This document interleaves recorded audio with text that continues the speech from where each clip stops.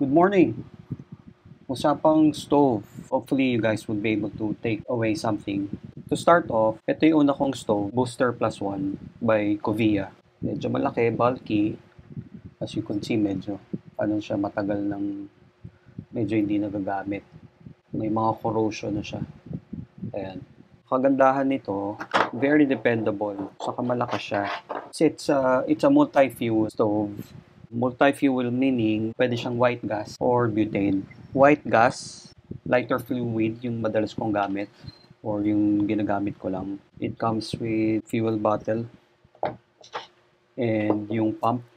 Ayan. Or you could use it with butane. Kaya siya multi-fuel. Pros, as I've mentioned, malakas siya, maganda. Very dependable kahit malakas yung hangin. Yung mga nagluluto ng nilaga, sinigang, mga may sabaw, kaya niya kahit malakas yung hangin, kahit high altitude. The cons, mabigat, malaki. This is about 500 plus itong tatlo. Yung stove, yung fuel bottle, and then yung pump, nasa 500 plus na siya. 600 ml. Kung lalagyan mo siya, mas mabigat. So, baka umabot ka pa baka almost 1 kilo yung load. Tapos ito yung lalagyan niya, soft shell. May kasama na rin siyang tool. May kasama na rin siyang windscreen na aluminum. Ito. Ayan. Dami ng pinagdaanan. Magkano lang naman. Bihira akong gamitin ito. Siguro mga 3 times ko lang siya ginamit. Kasi nga bulky. Saka mabigat din siya. Saka kailangan mo pa siyang i-prime. Ito yung tool. Kakabit mo siya dito.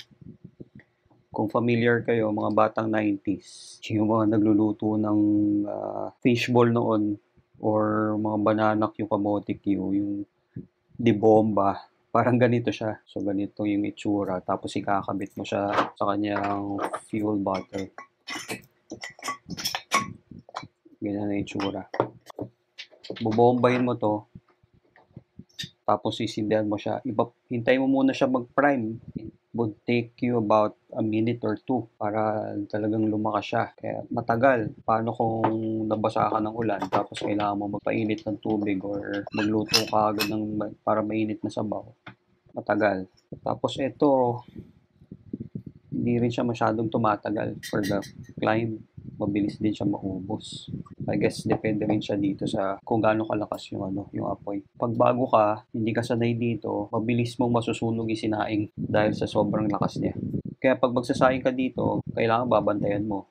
Mahina yung apoy kasi masusunog ka agad dahil malakas. Tapos yung pinakamahina niya, mahirap din tansyahin minsan. Sanayan lang talaga. So, this is the Booster Plus One ng Covia.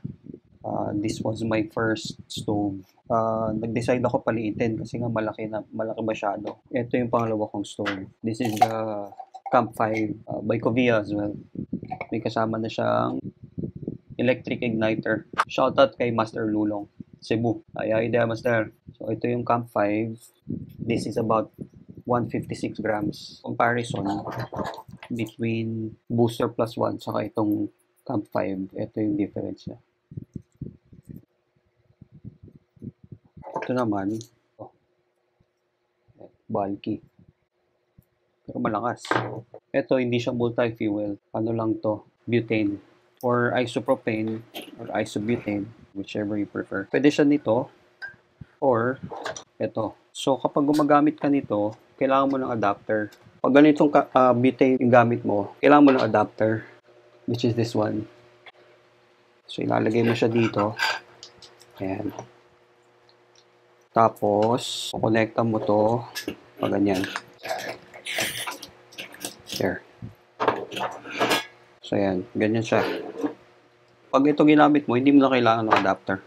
Diretso na siya dito. Ayan. Ito palang stand, ano lang siya for stability purposes. Kasi sa campsite, minsan uneven yung surface. To add more stability, kaya ako bumili nitong stand. Minsan din, meron ding isang klaseng stove na andito sa taas, nilalagay sa ibabaw. So, kung wala kang stand, tapos uneven, may tendency na baka bumagsak. So, kung meron ka nito, it gives you additional stability Lalo na pag nagluluto ka na, nilagyan mo na ng cookset mo sa ibabaw. It provides additional stability na hindi tutumba kaagad. So, yun yung Camp 5. So, recently I bought yung MSR Pocket Rocket 2. It also comes with the hard shell. Ganito siya kaliit. Ayan. This is about 73 grams. So, maliit lang siya. Just about 3 inches. Kapag sinet up naman, halos kasing laki siya nung Camp 5. Ito naman, direct mount. Ganito na siya. Kumpara sa Camp 5, halos magkasing laki siya.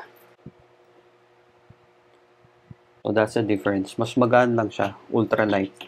Sabi sa description or sa specs, it can boil 1 liter of water in 3.5 minutes. The way I would store it or carry it, dito ko siya nilalagay. So ultralight din, titanium na cookset. 1 person. Stove mo, knife ko. Takpan mo na. Kung gusto mo magprito, pwede rin dito. But usually, noodles lang yung ginagawa ko. Noodles, alagyan mo ng itlog, konting gulay, and yeah, that's it. So, ito na siya. Ito yung bag. Net bag. There.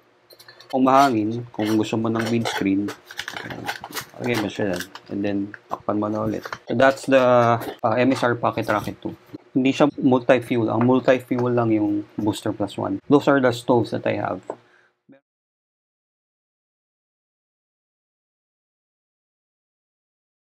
Set naman. Yung kanina, yung pinakita ko yung 1 person. Ito yung 2 person. Ito yung dati kong gamit. 2 to 3. Covia. Ito yan.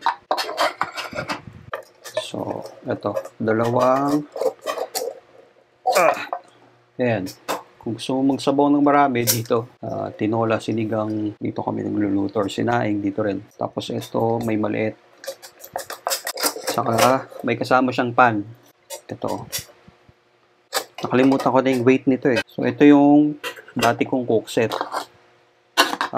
Tapos, nung binili ko pala yung Camp 5, second owner na ako nito eh. Binili ko kay Master Lulong. Package siya. May kasama na siyang cookset. Ayan. So, ito hindi ko pa nagagamit. So, bali dalawa yung Covia ko na cookset. Naka-plastic pa. Ayan. Pati yung, ito yung sasabaw. Ayan. Ayan, yung tatlong plato / bowl. Yung sa kanin. Ito pala yung pares niya. Nagamit ko na pala yung maliit. So yun yung mga stoves. Kaya naman ako nag-decide na bumili ng stove. Kasi wala lang, para meron akong stove. Hindi. Bakit ba ako bumili ng mga stove? Una, syempre, kung gusto mo mag-isa lang umakyat or mag-bikepacking, kompleto ka na sa gamit. And then magagamit din siya sa bahay. Etong mga stove, when I was still in Cebu, pag naubusan ako ng LPG, ito yung ginagamit ko, butane. Tapos dito ako nagluluto. Advantages, hindi naman siguro advantages, no? Pero mas maganda kasi meron kang stove during the hike, work, any climb. Kapag emergency, self-contained ka, meron ka ng cookset, meron ka ng stove, pwede kang magluto ng pagkain. Hindi naman tayo bushcrafting na pwede namang gumawa ng apoy and then magluto. Hindi pa tayo ganun ka-skilled. So, kaya one of the reasons kaya bumili din ako ng stove. And then kapag sa campsite, kapag nagutom ka anytime or nagising ka na madaling araw, pwede ka na magluto ng sarili mong food. Pwede ka rin mag-init ng tubig mo for your coffee or tea. Tsaka hindi ka na kailangan magdepende sa iba na kailangan or manghiram ka pa. No? Mas maganda kung meron ka sariling gamit din. Hindi ko naman sinasabi na it's really necessary. Pwede ka lang manghiram. I prefer to have my own pa rin. Kasi minsan hassle, manghiram ka pa. Kaya bumili na rin ako ng stove and ng cookset. So yun. Yun lang yung masishare ko. Different types of stoves I have. Marami pang iba na klase ng stove. Just research online bago kayo bumili. But so far, yung mga stove na nabili ko, tumatagal din. Hindi naman siya kinakalawang kaagad. Siguro, if you buy your gear, might as well invest on a good brand. Ako personally, I prefer that. Pero depende rin kasi sa paggamit. Kung maingat ka naman sa gamit. Siguro, ano lang siya, kanya-kanyang preference. No? But I prefer to, hindi naman siya, at least buy or invest on good brand. Yun lang. Thank you.